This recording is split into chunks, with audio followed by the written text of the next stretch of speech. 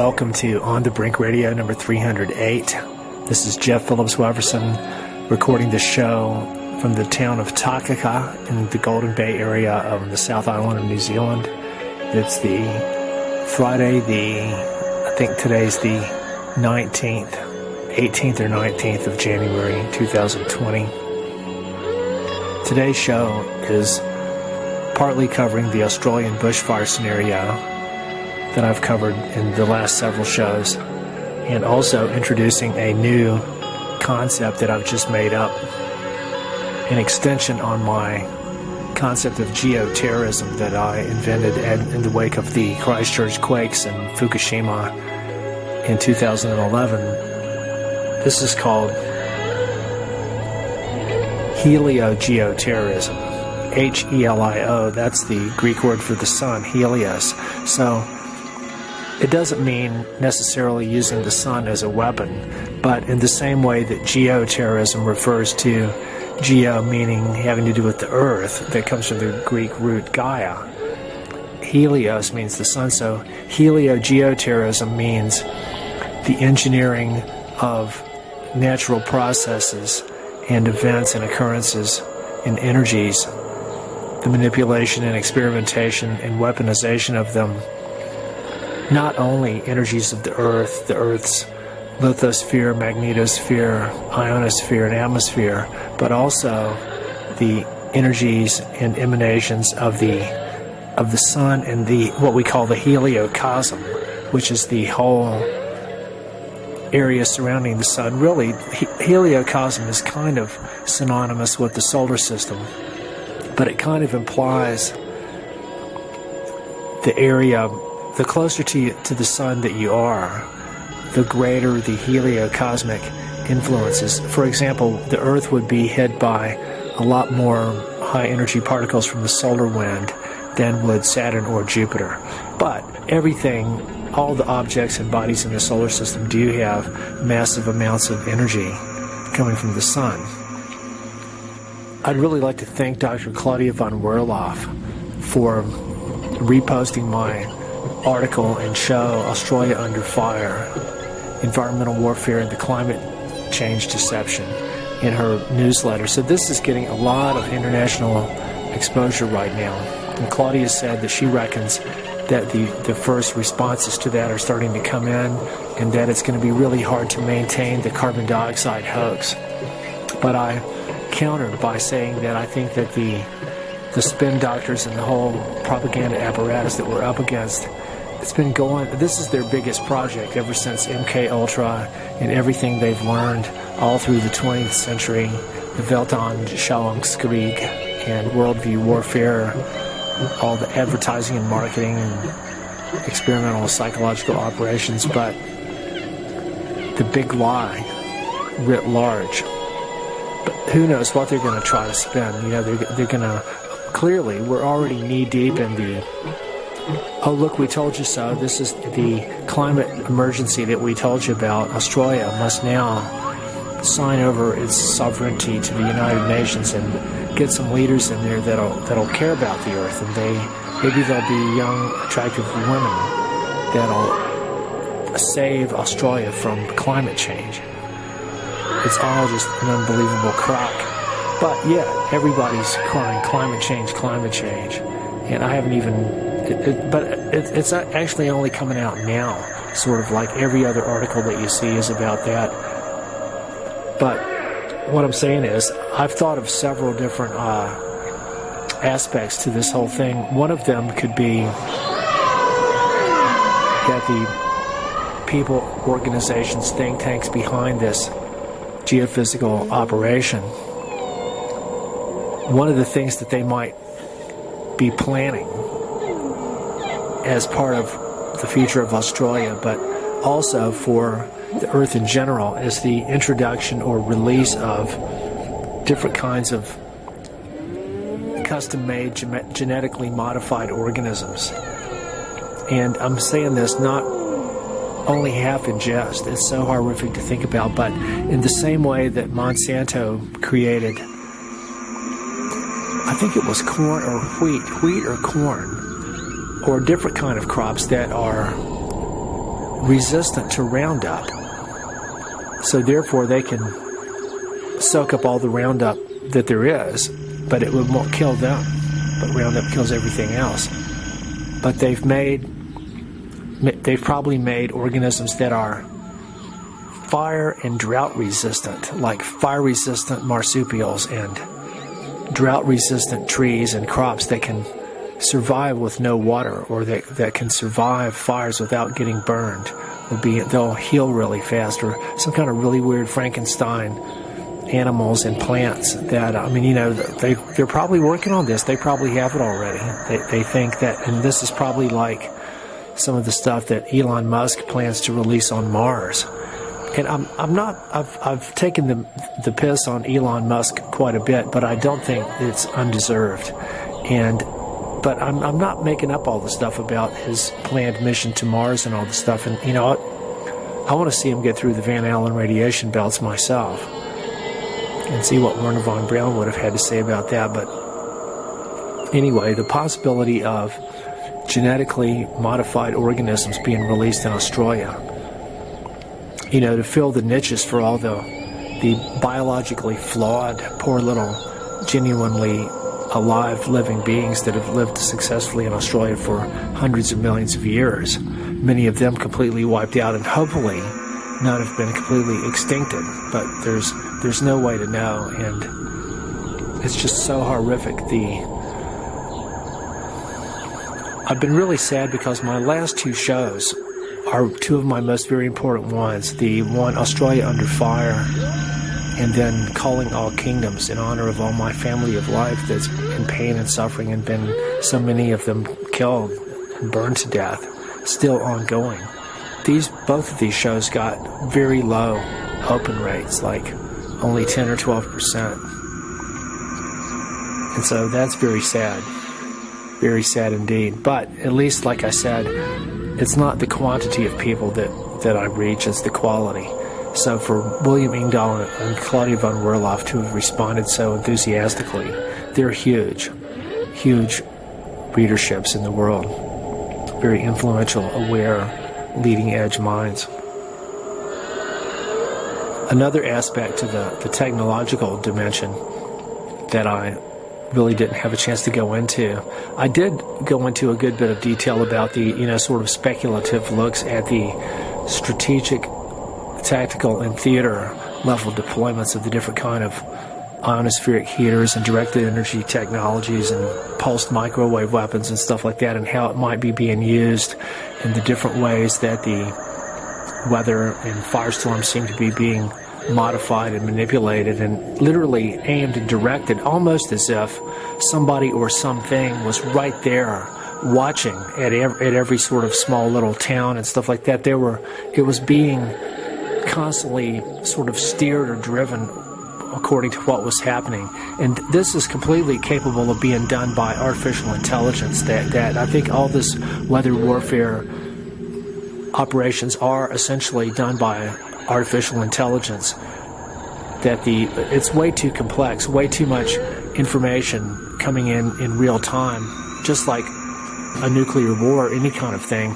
It can only be successfully managed with computers that are able to process all this information with sensors, satellites, cameras, all this information feeding back in real time. And then they probably need the ability to sort of visualize what's going on. Like, for example, these people that have reported giant fireballs hurling out from the fire front, like right at them, and fires changing direction, sort of turning around and coming right back at the people. And the unprecedented speed at which they've moved, like covering 20 or 30 kilometers just in 4 or 5 hours. I mean, this is all unheard of. And so I'm actually asking my friends.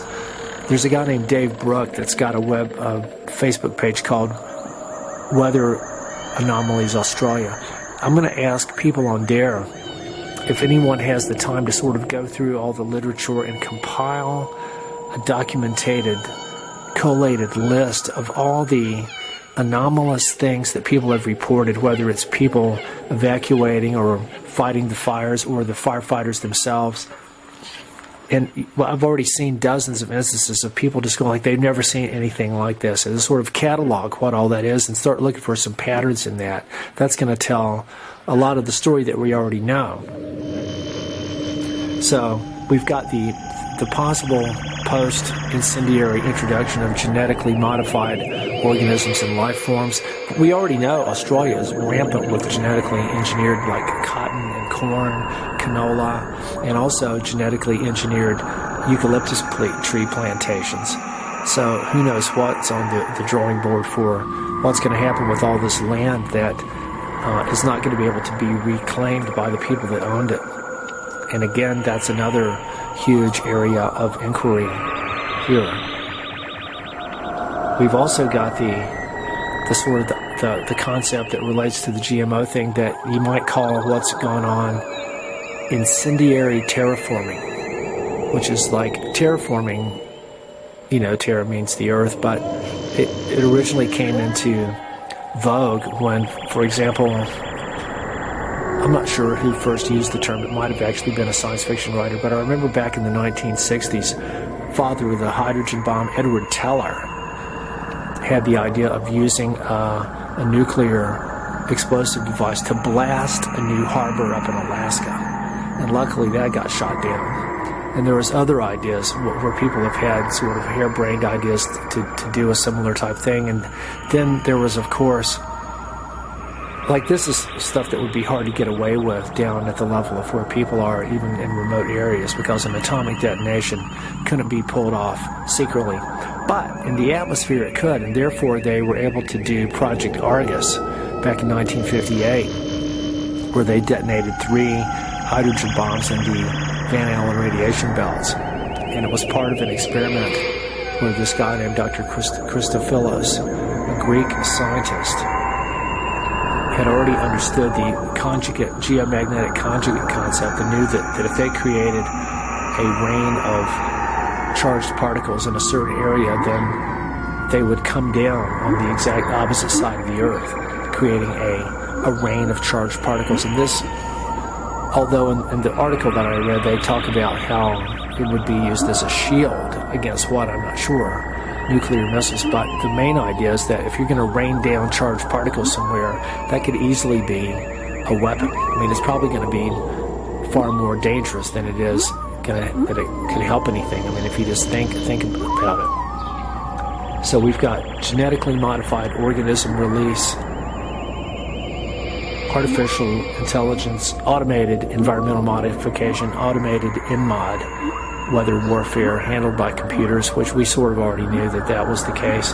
We've got incendiary terraforming, and we've got a new thing that I just realized with Rupert Murdoch and how huge and influential this person is, and his pretty much lockdown stranglehold on the mass media of Australia and a lot of larger stuff in the world, that he could be involved with this whole thing at the level of capitalizing on a form of disaster capitalism, not on land grabs, but on marketing the imagery of destruction, the drama, the horror, the terror, the ecological devastation, like a giant whole new wave, a new paradigm of reality TV based on these whole fire situation in Australia. And it's almost like it was so blown out of proportion with the horror, how big and fast the fires were, how intense, and melting cars and killing everything, and all the fleeing animals and the smoke, the people waking up at midnight at dawn, and just every aspect of it. It's not, even if all this stuff is exactly, it happened as they reported it, it's still, the one thing notice is that in almost every media report it seems to be exaggerated to a degree. I know that whenever I've rung and talked with my friends in Australia, which I've done 2 or 3 dozen times over the past month to check up on where they are and what's happening where they are, it always ends up sounding like that it's not quite as bad where they are as the media has made it out to be. So I think that in the same way that the adage for journalism used to be, if it bleeds, it leads, and then with these fires, it's became, if it burns, it earns. I think I used that in an earlier show. So I think Rupert Murdoch and probably other media moguls are capitalizing on this heavily, probably planning all kinds of reality TV shows, interviews with the firefighters, interviews with these families, all kind of whole series of documentary films, and probably whole TV series, fiction drama based on the bush fires, TV series based on the firefighters, the whole docudramas about the climate change deniers that are in office now, and all this just the morass of conflicting conceptual ideologies, but all with a lot of drama and spin, enough to just make it spectacular entertainment for consumption by the public. And so that you've got the underlying thing of the whole climate change deception behind all this. So I was trying to determine where Rupert Murdoch is perceived to stand on this, and apparently he's, quote unquote, he's in the same denier category as all the leadership of Australia. So for whatever that's worth. But I think the bottom line is, however people can make the most money, that's their bottom line. It doesn't matter what they believe or what they pretend to believe or what anybody else thinks they believe, or how evil they might seem, or how good, or both, or what they're doing. I think if they can all just capitalize on making the most money as possible, that's still the bottom line with all this stuff. Al Gore made his billions of dollars on selling climate credits. Carbon credits. I'm still not sure how that works. And I'm in a country now that has declared zero tolerance for carbon. And so it's literally a morass of insanity, because zero carbon, of course, means zero life. And so it's just really, really insane. But this show is called Helio-Geo-Terrorism, and it's about a lot of interesting stuff that seems to be happening at the geo-helio-cosmic level right now, in terms of, like, for example, in the show from 2 weeks ago, I talked about how right around the time these fires were just raging out of control, like at Malakuta, there was this Earth observatory in northern Norway near Lofoten, and they detected an unprecedented giant surge of electricity coming out of the ground.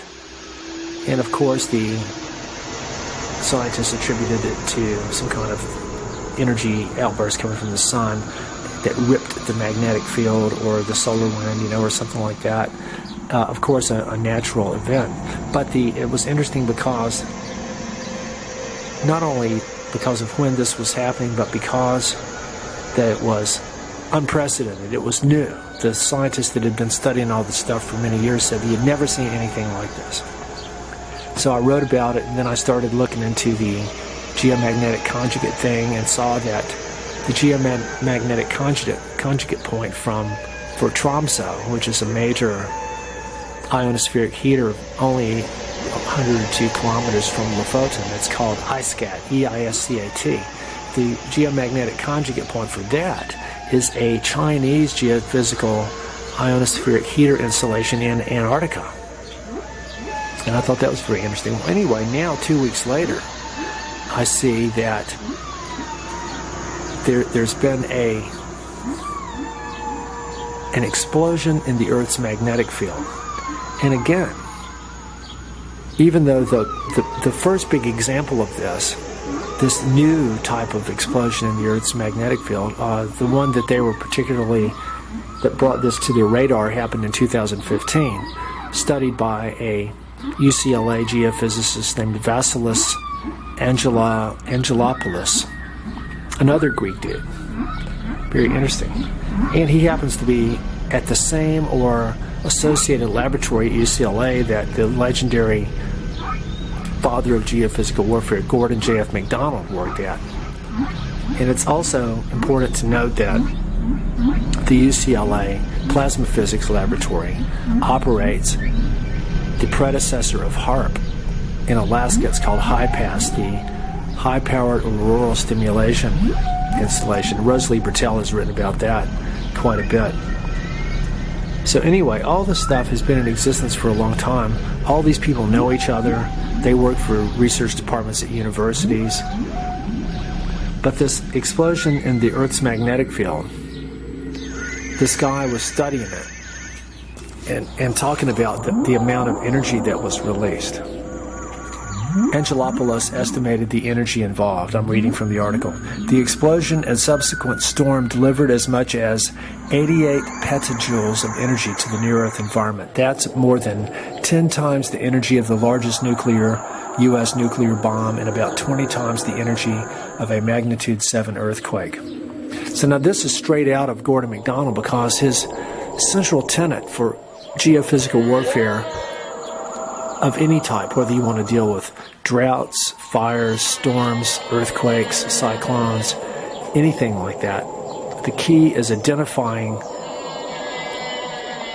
processes or regions in the Earth's natural structures, whether it's atmospheric, lithospheric, hydrospheric, atmospheric, ionospheric. There's regions that store vast amounts of energy so that you can trigger the release of these vast amounts of energy and therefore attain energy levels that are impossible to attain through anything that people can do. For example, McDonald said something like that an average thunderstorm contains more energy, I guess if you want to measure it in petajoules or maybe BTUs or something like that, one of these units. The typical thunderstorm, just an average one, contains far more firepower than the entire arsenal of every nuclear weapon that exists.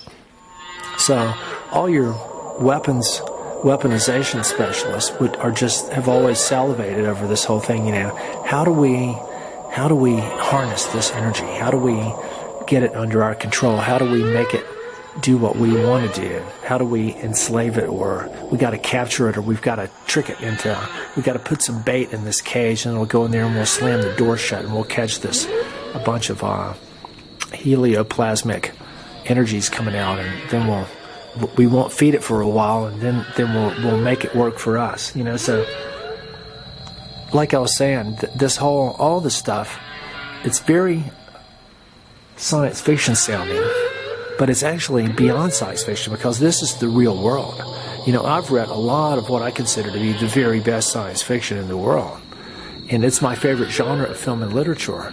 But the real world is far freakier. Always has been, always will be.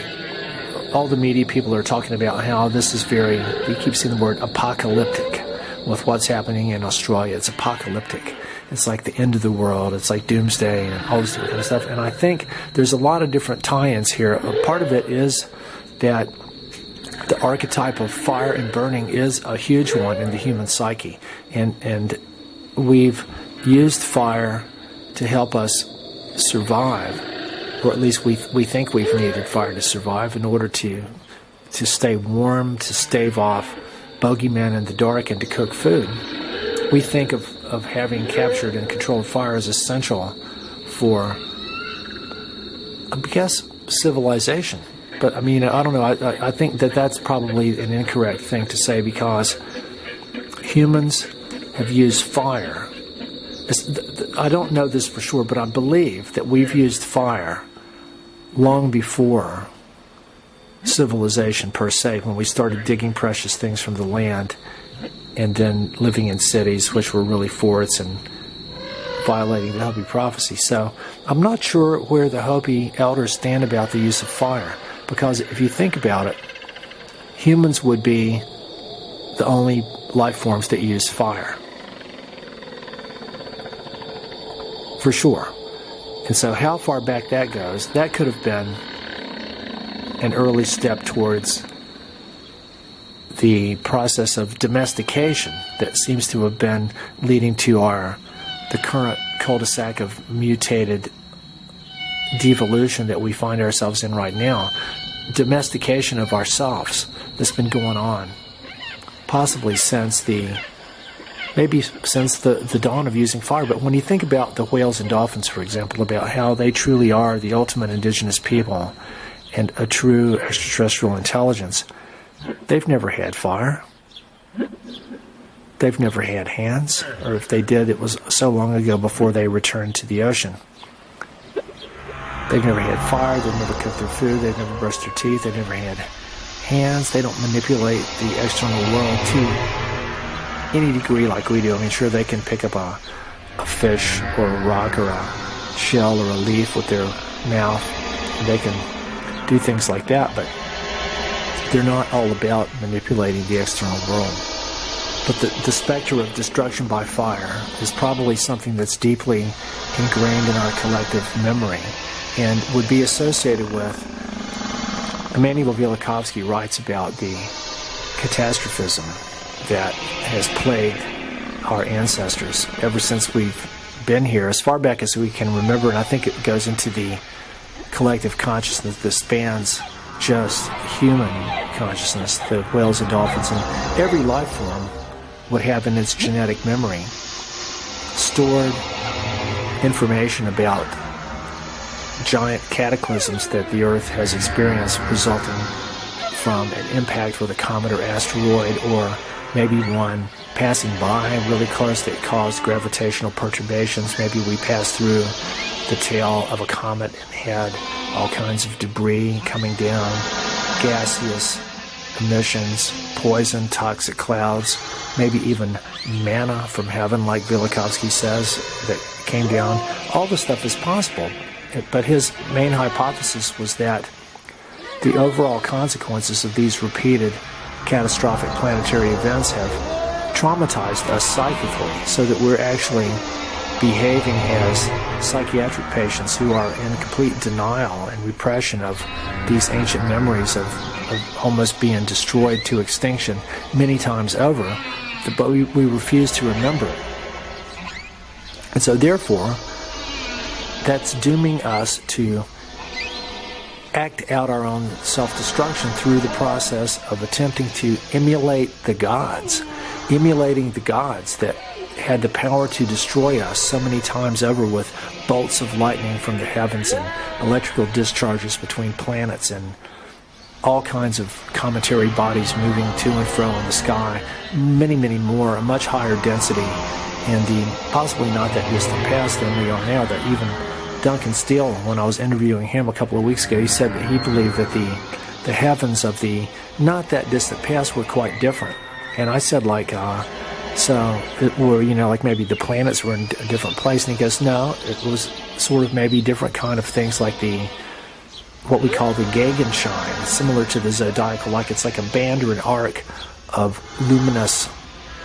It's actually reflected from particles that are in orbit around the Earth or around the Sun, but it's like arcs of light that you can see in the sky. And it would probably look kind of like the Milky Way, but a different shape and in a different place. And so, there's all kind of possibilities of what our ancestors have gone through. And the whales and dolphins experience and remember all this stuff and have been trying to tell us about what's happened. This is a really big thing that I feel has been happening with me for a long time, that they're psychically transmitting, not just to me, but to anybody. I'm one of the few people that can actually pick up on it and make sense out of their information.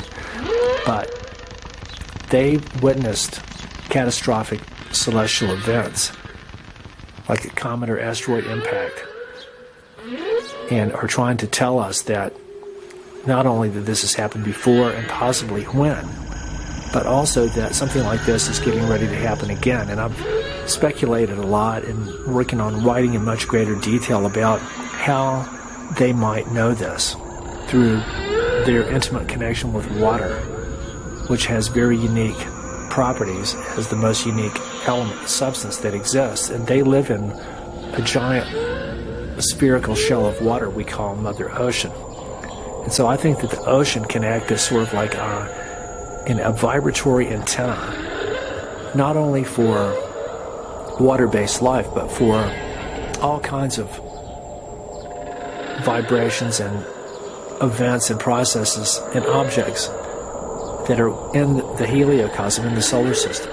So I think that they have ways of detecting, of listening or feeling or hearing what's happening in the sun, what's happening with the different planets, what else there might be that's coming, what it might be doing, and what's happened before. This is a really big part of I think where I'm able to get a lot of these ideas and information from right now, and guiding me on how to understand what's happening with what my fellow humans are doing in terms of geophysical warfare. But I think that we see these Australian fires, and it does conjure up memories of conflagrations, planetary-wide conflagrations that might have accompanied asteroid or cometary impacts, and what we call ELEs, extinction level events. This is not one. Well, maybe on a scale, a more localized scale. Hopefully it's not, but it could be sort of a small-scale version of an extinction level event. Hopefully not for any species, but this is a foreshadowing or an omen or an echo of this kind of thing that both has happened and it is probably going to happen again soon on a much bigger scale, fulfilling what Hopi elder Thomas Banyaka, the Hopi prophecy, calls the day of purification. And Velikovsky talks about, he calls it cataclysmic evolution, although cataclysm technically in Greek only refers to destruction by water.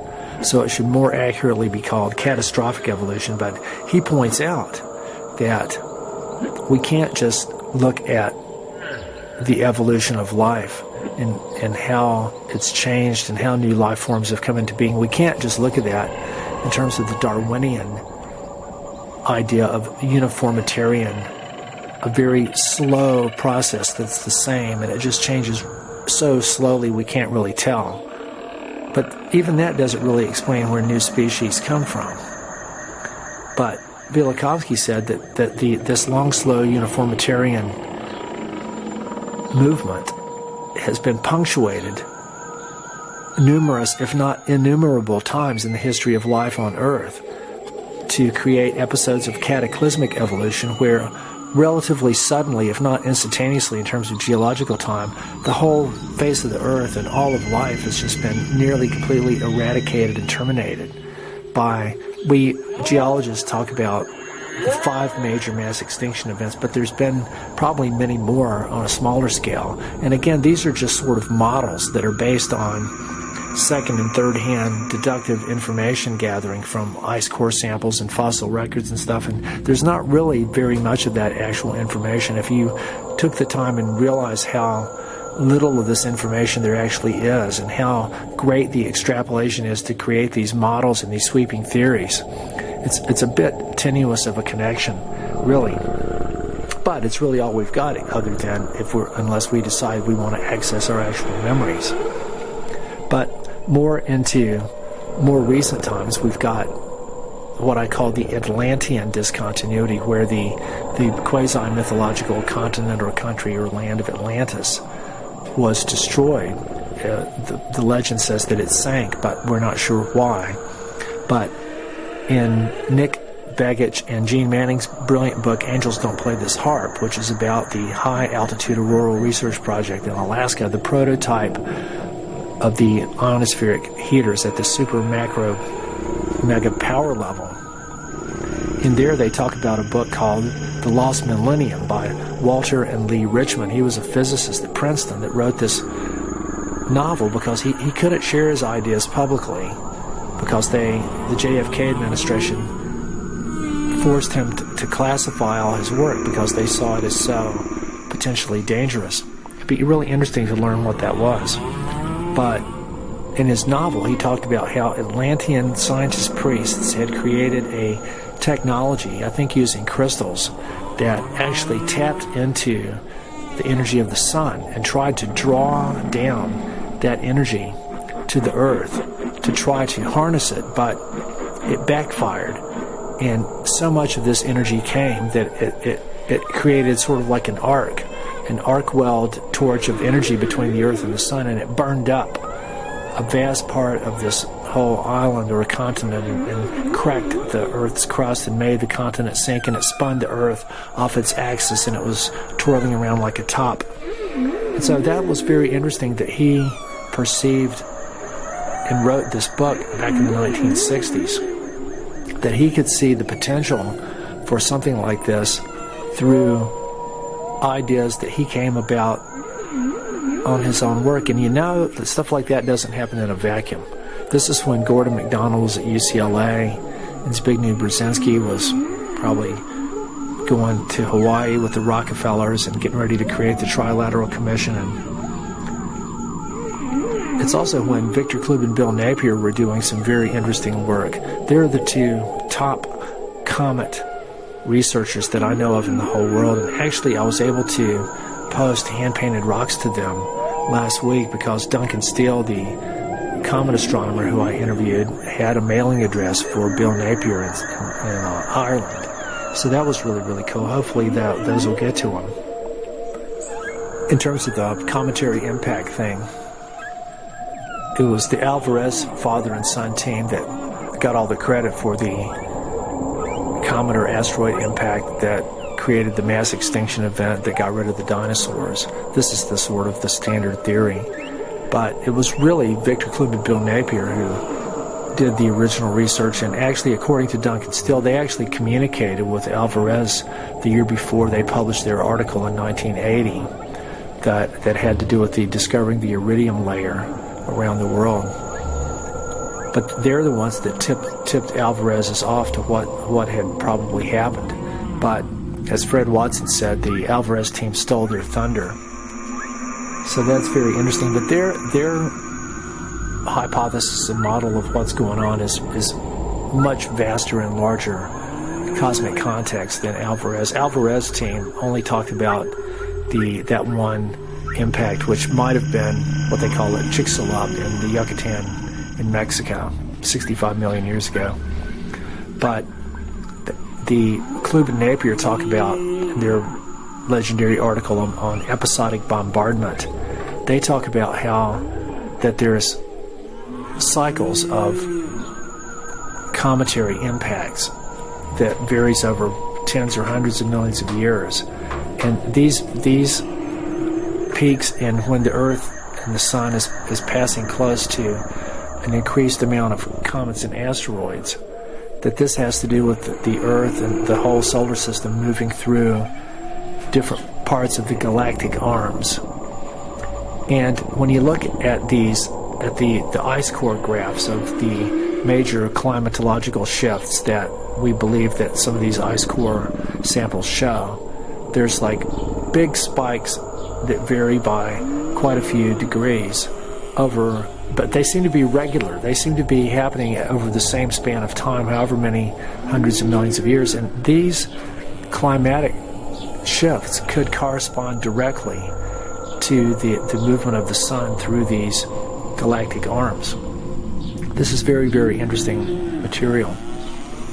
And it's also possible that even though Klube and Napier, as I understand it, didn't deal with electromagnetic aspects of comet or asteroid encounters or flybys, they probably dealt more purely with the mechanical and gravitational aspects. But when you add in the electromagnetic possibilities, that makes it even more complex and more interesting to understand what some of the effects might have been of a relatively close encounter between a rogue planet or a centaur or a comet or asteroid.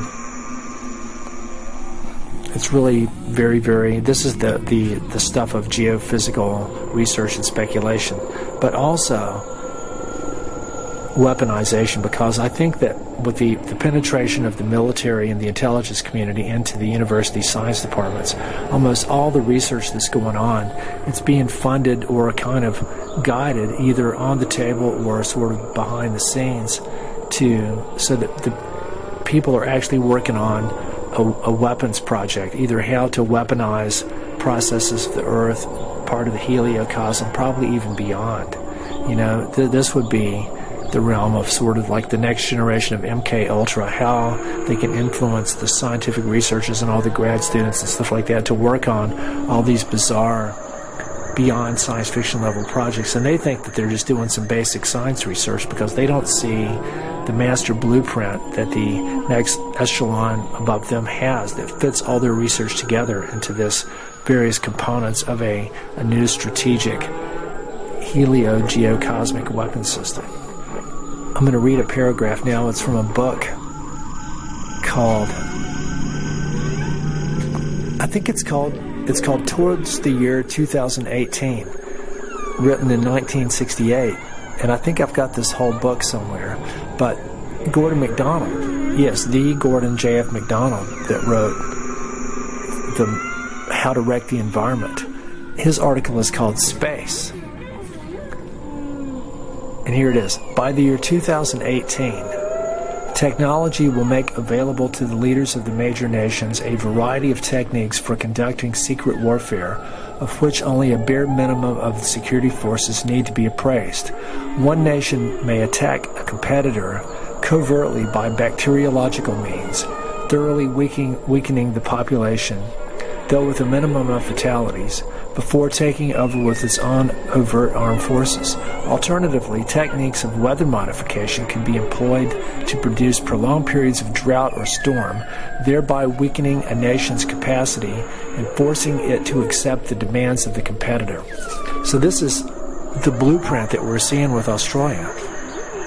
It's been under environmental warfare attack for decades. I mean, that's how Raytheon came to be able to set up shop at Woomera, and BAE Systems has been operating Jorn at Jindalee there, and all this stuff.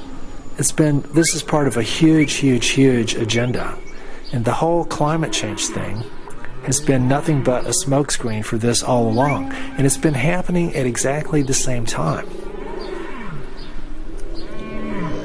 So Australia has been severely weakened by drought and by all these fires, the decimation of wildlife, spiritually the heart of the country just torn because of the people's love for nature, and thousands of people dislocated, and they're going to have to live somewhere else.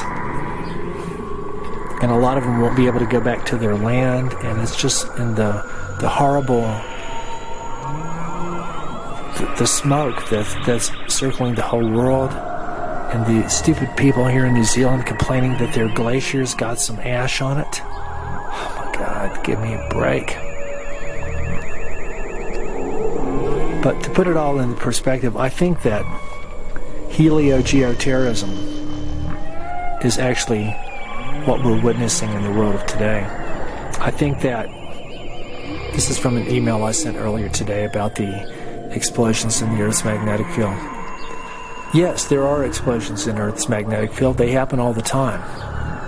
That's a quote from the article. This is looking a lot like a next-generation version of Project Argus, with possible explosions in the Earth's magnetic field being generated by HAARP and sister transmitters. It's also sounding like the solar tap used by Atlantean scientists in Walter Richmond's book, The Lost Millennium, quoted by Nick Begich and Gene Manning in Angels Don't Play This Harp. Of course, according to mainstream authorities, this is all happening because of solar wind anomalies, coronal mass ejections from the sun, natural phenomena. But this is part of the geophysical warfare engineering paradigm in two ways. One, the engineers constantly monitor what is happening, not only with the Earth but heliocosmically. Then they are able to try to manipulate these energetic forces, capture them, redirect them, tap into them, harness them for experimental and/or military purposes, in precisely the same way that Nikola Tesla built his lab at Ames, Colorado, above Telluride, where I used to live, so that he could harness lightning for experimental uses, as in that day, lightning was the only source of that level of electromagnetic energy. He chose that area because of the immense deposits of gold ore in the mountains there that gave the lightning unusually powerful characteristics. And two, to piggyback on or to learn how to use a CME, coronal mass ejection, for example, as a weapon system to take out a nation's power grid, for example, and make it look like another natural disaster. The geoengineering community and its distributed networks of university research departments are acutely aware of this kind of thing, as is the mining industry.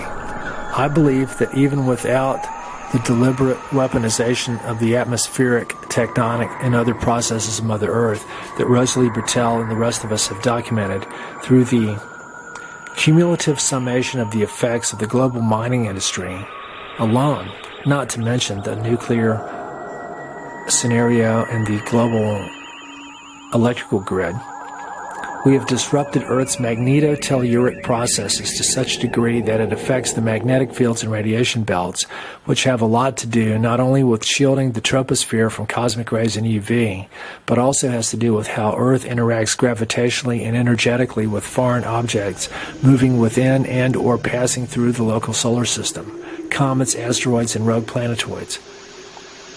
I've been doing a lot of research along these lines in recent years, and I just did an interview with comet and asteroid specialist astronomer Duncan Steele in Nelson 2 weeks ago.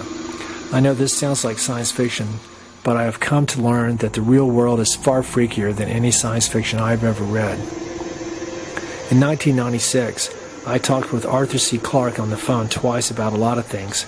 He was going to be a technical advisor for a project I was working on relating to the communication work with dolphins that I had been involved with. Clarke wrote the paper in 1946 that made satellites possible. Clarke contacted Steele in 1987 about a paper Steele published about the daughter fragments of a certain comet, which are believed to have been involved in numerous impacts and possibly ELEs, extinction-level events, in Earth's history, prehistoric and proximal. And now a quote from The Lost Millennium. And the surge of power from the tap became an avalanche at the pole in the vertical plane of the planet's magnetic field, where the winds of magnetism would not rise to blow it out. 1 trillion watt-seconds of energy unleashed their fury on the polar cap in the first flash. Even as it discharged, the ionosphere was recharged from the solar furnace. The first flash became a mighty roar that poured an increased and now steady stream of energy through the now stabilized short circuit. Kilocubit after square kilocubit of frozen wasteland boiled. Watt after watt of ever-increasing avalanche energy lit the polar cap with a glare that had never before been seen. A shockwave racing at the speed of sound, toppling great cities. Destruction continued for days, and the planet whipped about on its axis like a thing tortured. That sounds a lot like some of the stuff in the Old Testament that Emanuel Velikovsky quotes in Worlds in Collision. Anyway, this is Jeff Phillips Wefferson signing off for On the Brink Radio. Please continue to send your prayers for all our family of life and all the koalas and the wallabies and the pettymelons and potoroos and kangaroos and echidnas and platypus and wombat and all the goannas and the lizards and the butterflies and the honeybees and the white cockatoos and the black cockatoos and the emus and the lorikeets and the honey eaters and the butcherbirds and the bowerbirds and the lyrebirds and the galahs and the corellas and the eucalyptus trees and the grass trees and the wattle trees and all the butterflies and the bumblebees and the worms and the turtles and the snakes and the lizards and everybody that's just in pain and suffering, all the untold countless numbers of our family of life. Please send prayers for rain and prayers for healing, for our species to stop waging war on Mother Earth. This is Jeff Phillips Wefferson signing off for On the Brink Radio. Good day.